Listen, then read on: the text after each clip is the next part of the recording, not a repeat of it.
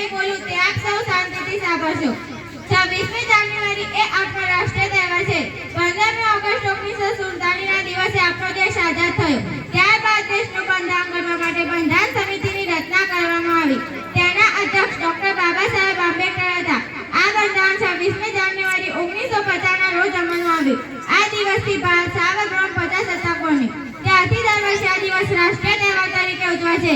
26મી જાન્યુઆરીના દિવસે સવારે શાળાઓમાં અને સરકારી કચેરીઓમાં ધ્વજવંદન કરવામાં આવે છે. રાષ્ટ્રીય ધ્વજને સલામી આપવામાં આવે છે અને રાષ્ટ્રીય ગીત ગવાય છે. દિલ્હીમાં લશ્કરીની વાહનો સાથે લશ્કરીની ત્રણેય પાંખોમાં પરેડ થાય છે.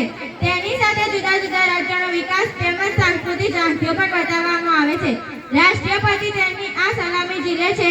શાળાઓમાં અને સોસાયટીમાં સાંસ્કૃતિક કાર્યક્રમો યોજાય છે. સાંજે સરકારી મકાનો પર રોશની ઝળહળી ઉઠે છે. કેટલાક લોકો પોતાના મકાનો પર રોશની કરે છે.